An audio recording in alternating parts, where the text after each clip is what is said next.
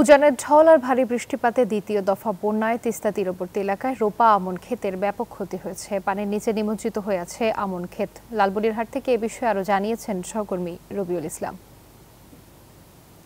উজানের ঢল এবং ভারী বৃষ্টিতে লালমনিরহাটের দ্বিতীয় দফা বন্যায় কৃষকের ব্যাপক ক্ষতি হয়েছে। ইতিমধ্যে গত বন্যায় 400 হেক্টর জমি কিন্তু পানির নিচে তলিয়ে ছিল বলে আমাদের কৃষি বিভাগ জানিয়েছেন।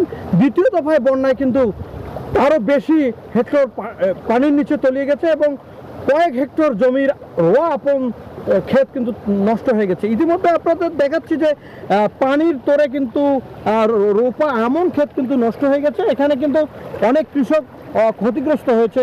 আপনাদের যদি একটু দেখায় যে পানির তোরে বালি পড়ে কিন্তু সব কিছুই নষ্ট হয়ে গেছে এবং আমরা একজনের কৃষকের সাথে কথা বলতে চাই। আপনার সাথে কথা বলতে চাই, এই বন্যায় কি কি ক্ষতি হয়েছে? আমাদের ক্ষেত নাগাছিলাম, অনেকগুলো ক্ষেত নাগাছিলাম, লাগানোর পরে বন্যায় যে এখানে বন্যার ডাইরেক্ট আইসে একদম বালু করে একদম ডুবা হালাবে। আমরা শুনছিলাম একজন কৃষক কিন্তু বলছে দ্বিতীয় দফায় বন্যায় কিন্তু প্রায় এই এলাকায় প্রায় 4 হেক্টর জমিতে কিন্তু ক্ষেত নষ্ট হয়ে গেছে। পাশাপাশি কিন্তু আমরা লালমনিরহাট কৃষি সম্প্রসারণ অধিদপ্তর থেকে জানতে পেরেছি গত বন্যায় কিন্তু 4000 হেক্টর জমিতে কিন্তু পানির নিচে তলিয়ে গিয়ে কিন্তু নিমজ্জিত হয়েছে। পানি নেমে গেলেও কিন্তু নতুন করে আবার বন্যা শুরু হয়ে কিন্তু আবারও রোপা আমন ক্ষেত নষ্ট হয়ে গেছে। এই ছিল আমার ক্ষেত্রে সর্বশেষ। বান্ডেল থাকলে প্রতি সেনমানিতে টাকা বাঁচবে। বিকাশ সেনমানি বান্ডেল কিনে জিতুন প্রতি লেনদেনে।